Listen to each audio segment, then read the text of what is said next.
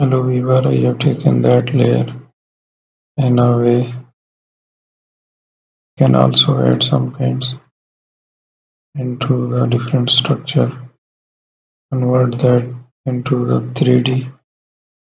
So let's wait for it. Convert it into the 3D head design. So let's see how it is looking there.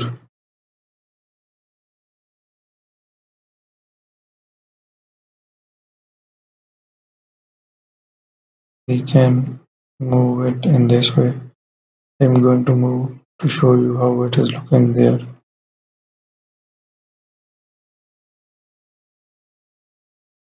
So we can change the color of it. Here is a red design.